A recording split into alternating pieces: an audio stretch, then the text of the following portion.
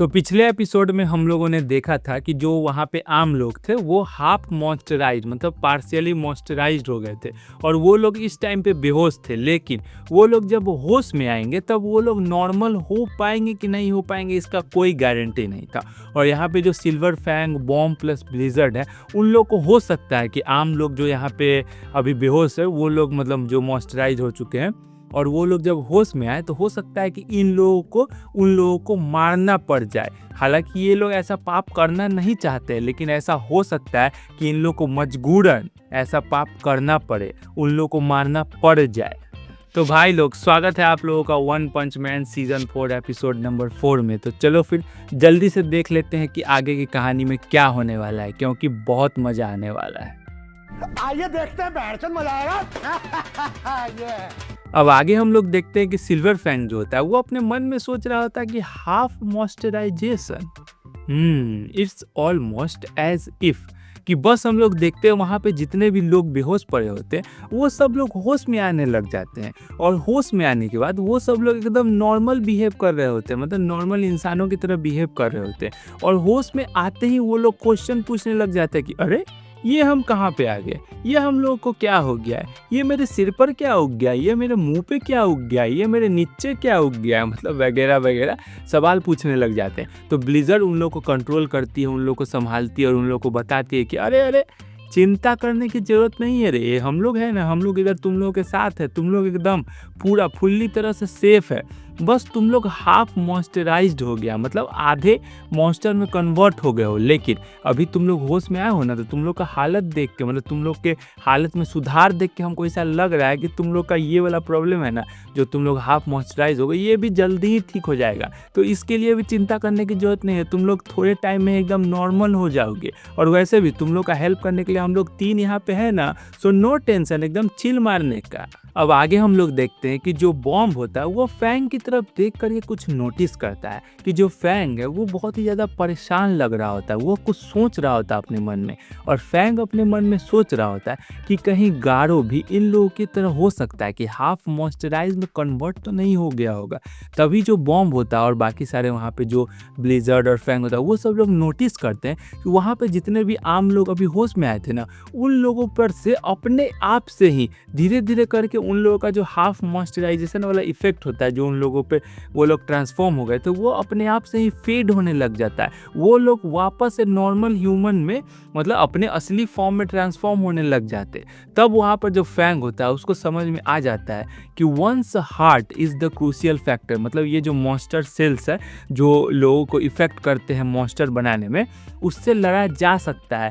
लेकिन उसके लिए जिस व्यक्ति पर, मतलब चाहे जिस पे ये चीज़ अप्लाई हुआ है ना, मतलब मॉन्स्टर सेल्स अप्लाई हुआ, वो अंदर से मजबूत होना चाहिए, उसका दिल अंदर से मजबूत होना चाहिए, उसका अंदर से विल पावर होना चाहिए इससे लड़ने के लिए, वो अंदर से अच्छा होना चाहिए, मतलब वो अंदर से ये एक्सेप्ट ना कर ले कि हमको मॉन्स्टर ही बनना है, वो अंदर से अच्छाई दिखाए कि नहीं हमको मॉन्स्टर नहीं बनना, हम एक अच्छे इंसान है। तो किसी का अगर विल पावर स्ट्रांग और वो अंदर से लड़ने के लिए अगर तैयार होना और अंदर से इन मॉन्स्टर सेल से लड़े, तो इन मॉन्स्टर सेल्स को हराया जा सकता है। और जो पार्शियली मतलब मॉइस्चराइज हो जाते हैं लोग, उसको रिवर्स किया जा सकता है और अपने आप को वापस अपने नॉर्मल ह्यूमन वाले स्टेट में लाया जा सकता है। अब यहाँ पे फैंग सोचता है कि I can't be certain but now I have hopes, मतलब तुमने थोड़ा देर पहले देखा था ना कि जो फैंग है वो उन लोगों को देखकर अपने दिमाग में सोच रहा होता है कि इन लोगों की तरह हो सकता है कहीं जो गारो है वो भी हाफ मॉइस्चराइज ना हो गया हो कहीं। लेकिन अभी जो उसने अपने दिमाग में थ्योरी सोची ना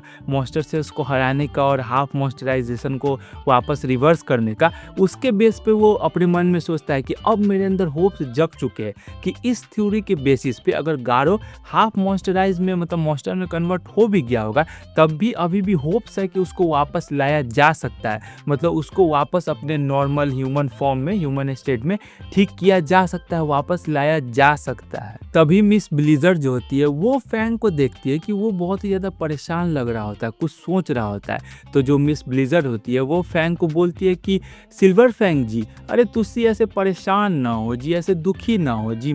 मैं होप करती हूँ दुआ करती हूँ कि आपका जो स्टूडेंट है गारो द हीरो हंटर वो आपको जल्दी से जल्दी मिल जाए। और तुम इस पैनल को भी देखो देखो देखो यार, तुम ध्यान से देखो, इस बुड्ढे की आंखों को ध्यान से देखो, साला ये अब भी कहाँ पे देख रहा है। मतलब यहाँ पे एक बेचारी लड़की उसका मदद करना चाहती है, उसको दिलासा देना चाहती है, वो परेशान लग रहा है तो उसको समझाना चाहती है, लेकिन ये बुढ़ा अभी भी उधर ही देखेगा, उधर ही तारेगा। और ये वाला साइड एंगल वाला एंगल देख के हम लोग को समझ में आता है कि मिस साइड एंगल को मिस साइड एंगल क्यों कहा जाता है, क्योंकि साइड एंगल बहुत ही ज़्यादा अच्छा लग रहा है, ये हम मानते हैं। मगर अबे सिचुएशन तो देखो, वो तुम्हारा मदद करना चाहती है और तुम उसका वहाँ पे तार रहे हो अभी। अबे कम से कम इस सिचुएशन में तो चेहरे पे देख ले बुड्ढे।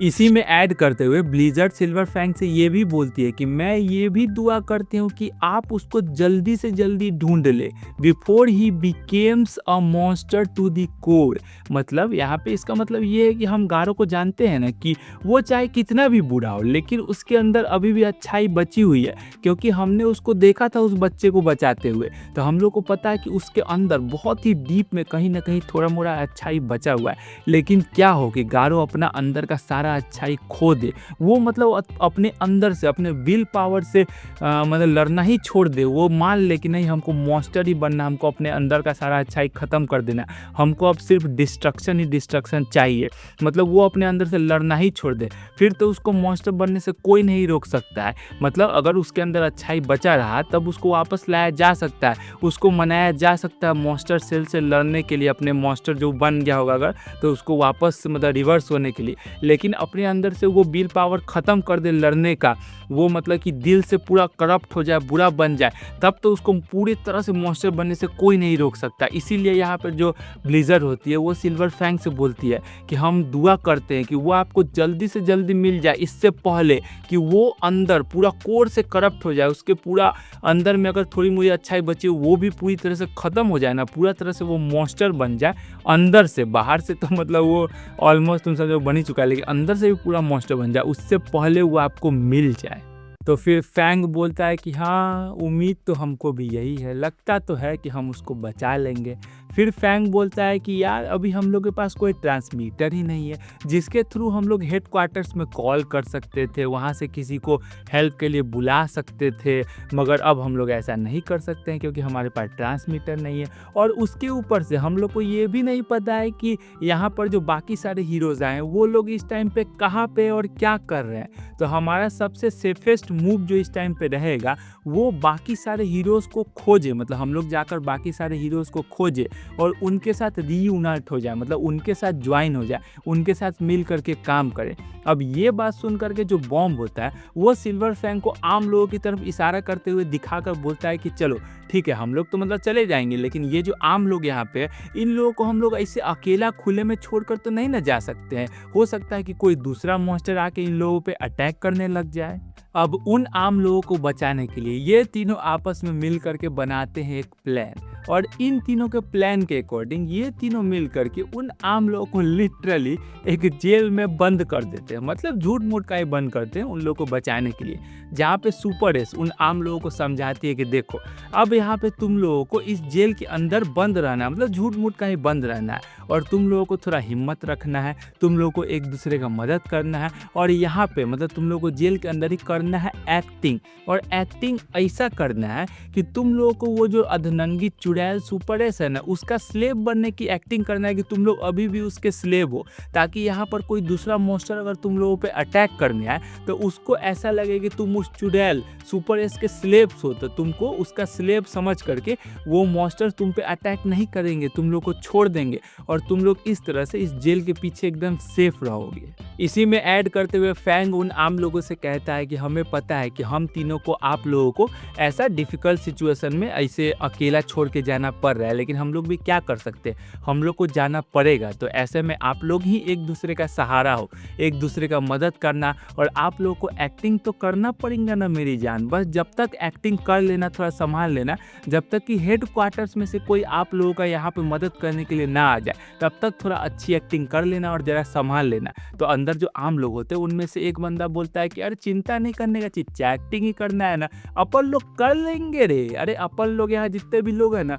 वो लोग तो बचपन से ही नेपोटिज्म वाले एक्टर्स हैं। अरे अपन लोग बहुत अच्छी एक्टिंग करते हैं, अपन लोग का एक्टिंग स्किल्स ऐसा है कि अपन के चिच्चा भी नहीं पकड़ पाते कि ये लोग फेक एक्टिंग कर रहे ले, तो वो मॉन्स्टर्स किस खेत के बैगन है मियाँ, वो लोग भी नहीं पकड़ पाएंगे। लेकिन हाँ, आप लोग कोशिश करना कि मदद थोड़ा सा जल्दी भेज देने का। क्या है कि अगर इस जेल के अंदर हम लोग को नंबर 2 और नंबर 3 लगा ना, तो जेल पीला भी हो जाएगा और गीला भी हो जाएगा। इसीलिए आप लोग थोड़ा कोशिश करना है कि मदद जल्दी भेज देना है। क्या है कि अगर प्रेशर आता है ना, तो सिर्फ टट्टी निकलती है, एक्टिंग नहीं। अब आगे हम लोग देखते हैं कि जो बॉम्ब होता है वो खड़े खड़े अपने मन में सोच रहा होता है कि यहाँ पर जो बाकी सारे हीरोज़ आए हैं, जो बाकी सारे हीरोज़ की टीम आए हैं, वो लोग इस टाइम पे क्या कर रहे होंगे। मतलब बॉम्ब को ऐसा लग रहा होता है कि बाकी सारे हीरोज़ जो यहाँ पे आए हैं, उन लोगों ने मिल करके अब तक तो यहाँ जो मॉन्स्टर एसोसिएशन का मेन बॉस है, जो हेड है, उसको अब तक खोज लिया होगा, अब तक उसके पास पहुँच गए होंगे और उसको पकड़ के अच्छे से कूट रहे होंगे। तो हम तीनों के लिए भी अभी सबसे ज़्यादा सेफेस्ट